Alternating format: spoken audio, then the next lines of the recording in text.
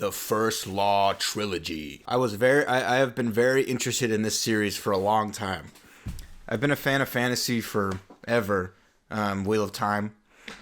Right fucking there. Game of Thrones, Song of Ice and Fire. I'm just like, But my main critique has always, or not critique, but my main, roadblock a lot of the time is just how slow it can be, how pandering. Memory, Sorrow, Thorn is kind of the most grueling example of that for me. It's just so slow. I'll probably talk about that in another video. But First Law is amazingly quick. Like, each book is roughly 200k, like between 200 and 250k words, and that's like as long as the shortest Wheel of Time book. Usually they're like 100 to 150,000 words longer than that.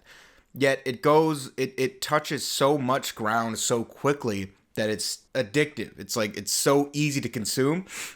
And that's something I have yet to really experience in epic fantasy like this. It's epic fantasy in proportion, but it's still so fast. There's a very little amount of POV characters, and I can appreciate that because it gives them so much time to be in the spotlight, and they're all so great. Like, all the characters are just, But I'm getting off track.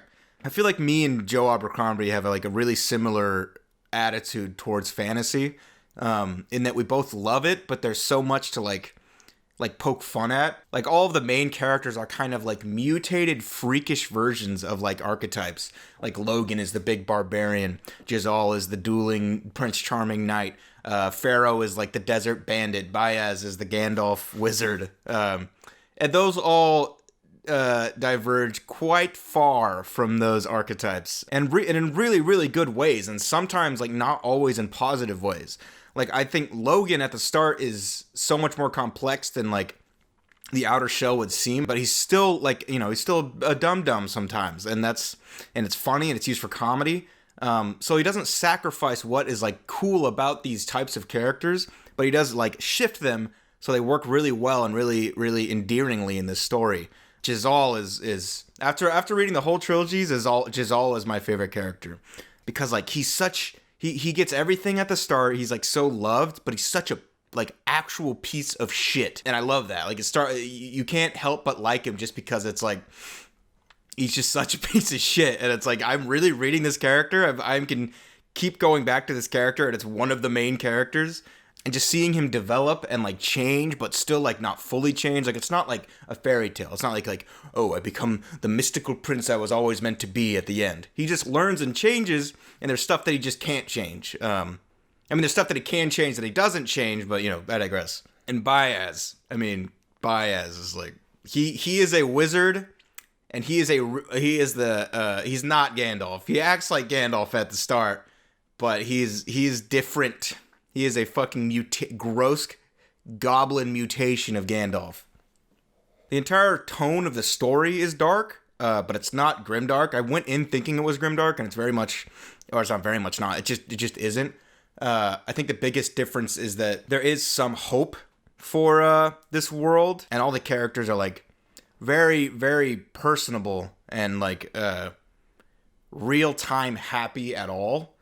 And, you read A Song of Ice and Fire, and that's very much not the case. People are very, very rarely happy. And if they're happy, it's more often, it's usually not on page. And if it is on page, that is not good. If they're happy on page, it's okay, something really fucking bad is about to happen. Some weddings. There's some bad weddings in that story, and those are supposed to be happy, and they're not. But still, it is dark. First of all, they say fuck. That's as dark as you can get. But also, people die. Abercrombie does not shy away from gore, which I very much appreciate. People betray each other, and it's for very selfish reasons. There's shit is bad. Shit. This world, you kind of get the sense at the start. And Joe Abercrombie does a good job of having this presentable face at the start. You're oh, okay, it is a fantasy setting. They're gonna go on a journey. People are gonna learn. But it's almost looking at fantasy journeys and being this is what actually would happen. If they went to this old ruined city, it's not ooh, mystical ruins. This place was fucking annihilated in a very gruesome, terrible way, a long time ago. It's bad. It's like walking to Chernobyl. It's this is not a cool mystical place. This place is bad. This shit went wrong here, and we're still feeling the repercussions of that. That said, the major world building takes a back seat. Like, there's world building, but like compared to Wheel of Time, where there's like, this is called the third age, third point, fifth age by some.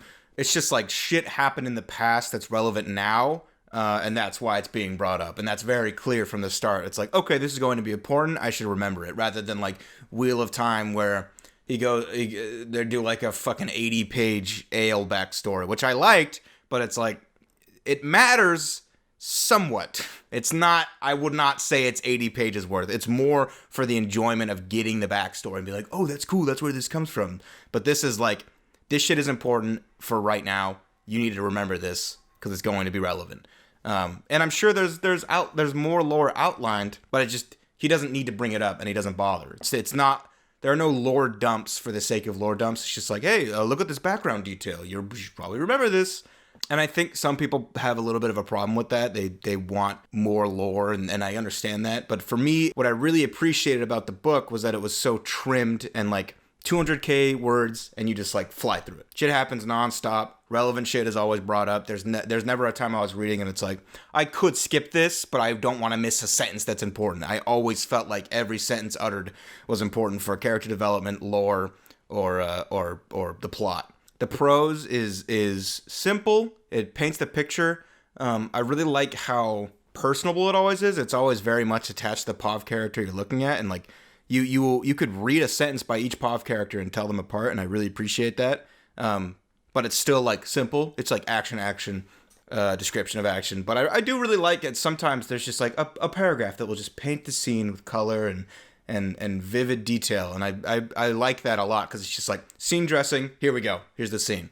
The battles just have this like movement to them where it's like, okay, he could literally like trip and get stabbed right now. And it really feels like each death has an impact. And each death is like one more step to saving their own lives. It's just visceral and fast and like over in a heartbeat. It's just like as battles would be. It's just like like constant all out aggression, and you can feel them getting exhausted because they're just constantly moving.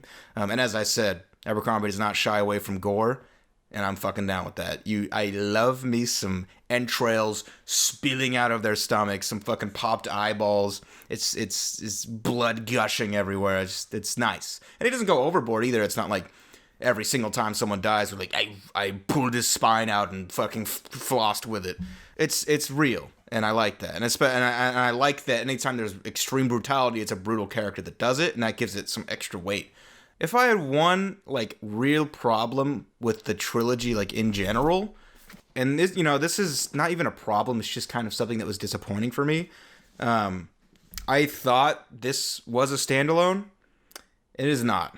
It has an ending, but it's not the ending. You can tell that it's like a decent pause in the characters' arcs. This is a good time for them to be like, and 20 years later. It would not be wise to only read this, because this is followed by the Age of Madness trilogy, which ended last year. Very fucking excited to start that. I'm going to start that very soon. But my favorite series, period, like the top, when I'm rating books, I'm going based off what is number one, and that's A Song of Ice and Fire. That's my 10 out of 10. But it's not fucking finished, and it will never be finished, and that eats away at me every day. So I was like, this series rocks. It's dark. It's got cussing. They say fucking shit and fart. But it's like, I was also really excited because I thought it was done. And it's not done. And I don't know if the Age of Madness trilogy ends it. I kind of doubt it. It feels weird to have two trilogies and not fucking a trilogy of trilogies. I really feel like that's going to happen. But I was excited to have just like a trilogy. Not 14 fucking books. Not 6 books like Codex Alera. Not fucking 10 books like Stormlight's gonna have. Not fucking 17 Dresden books. I was like, it's a trilogy. It's solid. I can't wait to read it and finish it. And it's not finished. And that's fine. That's not a bad thing. It's not a bad thing.